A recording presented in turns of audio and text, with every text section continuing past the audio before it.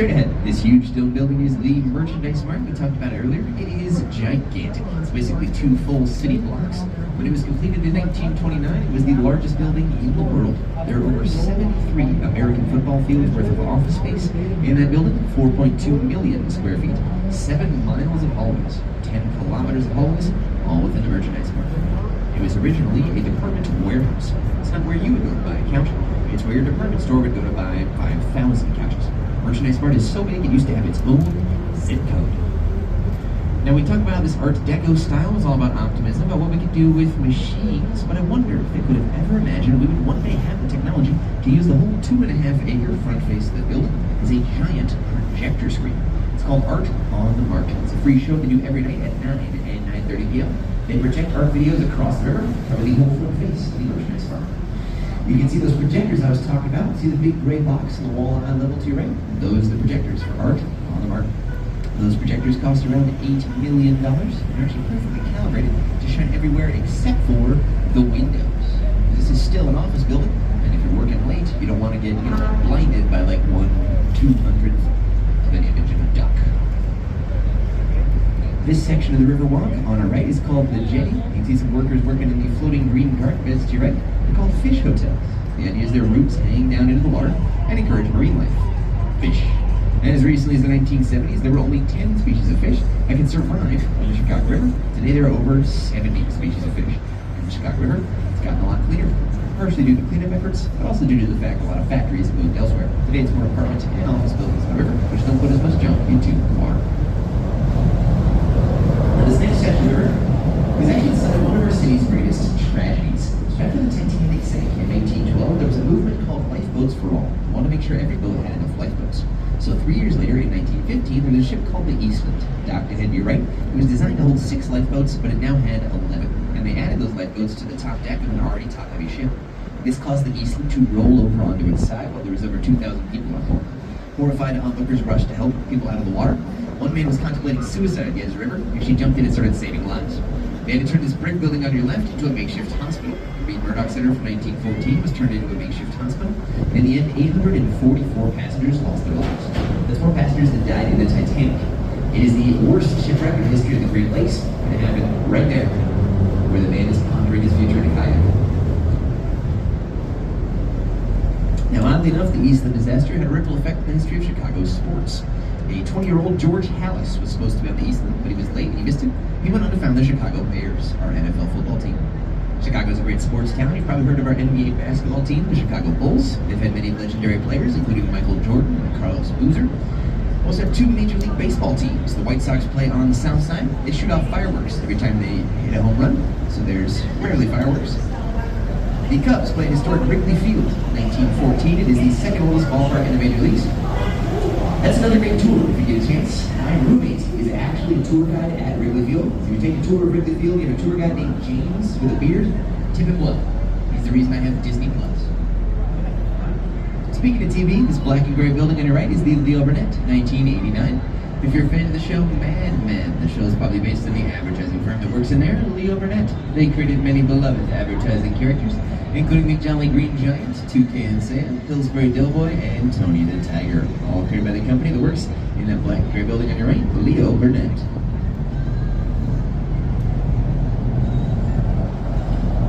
Now straight ahead, a little bit to the right, look for vertical white letters that say Morton's The Steakhouse. If you go straight up from there, you'll see a narrow green tower with a shiny golden tip. That golden tip building is one of my favorite pictures on the tours that we create today. That's the Carbide and Carbon building, 1929. 1929 was right in the middle of Prohibition, a period of American history where it was against the law to produce or distribute alcohol. Prohibition was not very popular here in Chicago. In fact, right in the middle of Prohibition, in a little subtle act of silent protest, we built a giant champagne bottle. See how it's green just like a bottle? And the gold near the top looks like the foil on a bottle of champagne. Now, one consequence of the Chicago fires, we kind of got a clean slate to redesign our city grid. When we did that, we spaced out our downtown. So a lot of our downtown skyscrapers have more room to breathe than in other cities that did not have the luxury of burning to the ground. A rare exception to that rule is this cluster of 4 buildings straight ahead on the right. See how those 4 buildings are all squeezed in together side by side? It's pretty rare in downtown Chicago, skyscrapers that close together. Second from the right, that skinny stone rocket ship is the Mather Tower, 1928. Mather Tower is the skinniest skyscraper in downtown Chicago. The top floor is just 9 feet across. See the white cap at the very top? It's a different color. That was replaced in the early 2000s. Built the replacement off-site, floated it down the river on a barge, and then flew that whole white cap up there via helicopter. And up ahead on the left, remember that white clock tower in the Wrigley building? We talked about how it's an office building, made to look like a cathedral. Well, the same is true for the building just to the right of that. Straight ahead, see those white letters that say Chicago Tribune, or the Tribune Tower, 1925. In this case, it was the offices of a newspaper, the Chicago Tribune, but it's modeled after the ruined cathedral in France. A style called French Gothic revival. The most famous example of Gothic architecture would be the Cathedral Notre Dame. Similar design here, but on a building for a newspaper. Near the top of the Tribune Tower, you're going to see skinny stone towers connected by arches. Those are purely decorative. Nothing in those stone towers. They're called flying buttresses, a feature of Gothic architecture. The newspaper moved out of the building in 2018. Today it is high-end apartments. It's what's called a landmark building, which means they cannot change the outside of the building unless it is to restore it. It's such a historic part of our skyline. And this next street we're going under is Michigan Avenue, what's called the Magnificent Mile. One of the famous shops and restaurants along here. About a 10-minute walk that way is the world's largest Starbucks. And a 10-minute walk that way is Millennium Park, with the famous Bean and Buckingham Fountain. Now the bridge has been renamed DuSable Bridge in honor of the first non-native settlers here in Chicago, the city's founders. In the 1780s, a man named Jean-Baptiste Point DuSable, a man from Haiti, moved here and married Kitty Howell, the daughter of a Native American chief. Her relationships to the local tribes allowed them to set up a trading post at the mouth of the Chicago River. And what's there today is the Apple Store from 2017. That glass building is the Apple Store. Its fiberglass roof looks a lot like an iPad. That's intentional. They had to make that glass around the outside darker because originally birds could not see it. Talk about angry birds. And like I said, the Apple Store sits on a historic site. The first non-native settlers set up a trading post at what was originally the mouth of the Chicago River. In fact, the street we just went under is called Michigan Avenue because it's roughly the original edge of Lake Michigan. All the land in front of you is man-made. It sits on landfill, and some of that landfill is even rubble from the Great Chicago Fire. When 18,000 buildings got destroyed, there's a lot of raw material. We just pushed it out onto the lake and made more land. Also, Fort Dearborn, first star of the Chicago flag, is right around this area as well. Now, through this next gap on your left, you're going to get a quick glimpse of the John Hancock Center. Look for the black skyscraper off in the distance, just past the lady with the stroller through the gap to your left. The black skyscraper off in the distance, the John Hancock Center, 5th tallest building in Chicago. It's from 1969. It also has the deepest foundation of any building in Chicago. It's another great observation deck at the John Hancock Center. It's called 360. With the Willis Tower sky deck, you get more height. With the John Hancock Center 360, you're closer to the lake, so you get a gorgeous view of the water, especially during the day. Now, the John Hancock Center actually sits on the historic site of a shipwreck. One of my favorite characters in Chicago lore. Story time. In 1886, George Streeter ran his steamboat aground on a sandbar that was then 400 feet offshore. Over time, the space between the shore and the sandbar filled in with construction debris and garbage, and it created 186 acres of brand new prime real estate. Well, the location was prime. The land was literally garbage. George Streeter declared it his own District of Michigan and started illegally selling plots of land on it. Soon it was a full-blown shanty town. He fought with the city for years to hang on to that district, both in court and by force. One time police came to evict him and his wife dumped a pot of boiling water on him. Although he eventually lost his battle, today the neighborhood to our left is named Streeterville in honor of George Streeter. What was to your right? They have the unique advantage. The way the building curves shelters them from the wind. You've probably heard Chicago's called the Windy City. It's partly because it is actually windy here. The original reason we got that nickname is from when we were trying to get the World's Fair of 1893. New York also wanted the World's Fair. There was a rivalry going on. So when a New York Times writer heard our spokesman talk about how great Chicago is, he called them those windbags from the Windy City. It started as an insult. Now it's our whole brand. Now let's talk about what I call the royal family, the king, queen, and princess of the Chicago skyline. The king is directly ahead. The black skyscraper with the two big antenna is the Willis, formerly Sears Tower, the tallest building in Chicago. We'll talk about that long building at length, but first I want to talk about the building right in front of it. The pink granite building with the blue crowns at the top is 311 South Wacker. I call it the Queen because it's next to the King, because it kind of looks like a queen chess piece. Those blue crowns at the top are actually LED lights. Right around sunset, every night those lights turn on bright white. But they realized those lights were so bright, it was confusing migrating birds who thought that was the moon. So they work with scientists to figure out what months of the year birds are mostly migrating through. And during that time, they do a dimmer version of the lights on top of 311 South Wyvern, so you don't have confused birds whacking into the building. For the princess, scan the horizon over to the right to see a pointy roof with a gray statue sticking out on top. See that gray statue on the horizon? That is the Chicago Board of Trade building. 1930, that was the tallest building in Chicago from 1930 until 1965. The gray statue on top is Ceres, Roman goddess of agriculture and grain. The reason she's up there is because that's where we used to trade agricultural futures. If you were buying or selling stocks, various crops and livestock, all that stock trading happened right there in the Chicago Board of Trade. And the movie Batman Begins, that was Wayne Enterprises. And now, the King. The Willis, formerly Sears Tower, the black skyscraper straight ahead, is the tallest building in Chicago. And when it was completed in 1974, it was the tallest building in the world. It was the tallest building in the world for 24 years until 1998. How tall is it? 1,451 feet, or 442 meters, 110 floors. Still the tallest building in Chicago. Today it is the third tallest building in the United States. The tallest building in America today is the One World Trade Center in New York. However, if you were to put the One World Trade Center side by side with the Willis Tower, roof to roof, the Willis Tower is 83 feet taller. However, you see those antennae on top of Willis Tower? Those communication antennae are not considered structural, so they do not count towards the official height. Whereas the One World Trade Center in New York has a very tall spire that does count towards the height. So they got us on a technicality. Well played, New York. That decision about what counts towards the official height was made by a real governing body called the Council of Tall Buildings.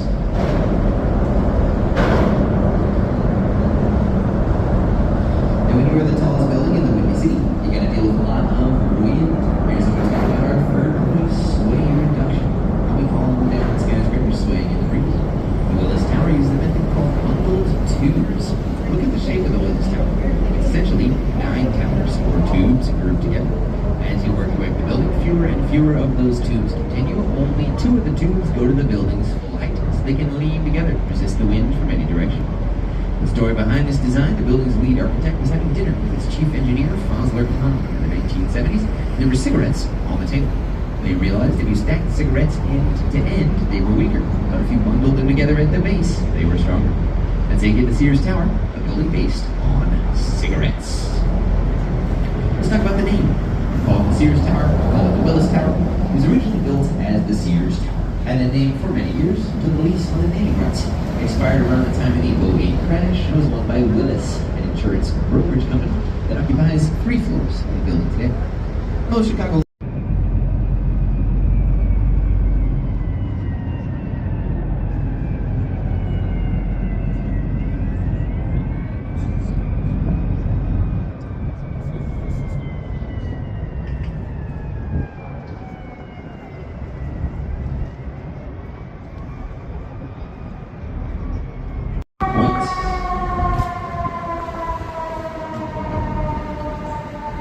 I'm in the front of your picture, I'll try to make it look like I was really guiding it up.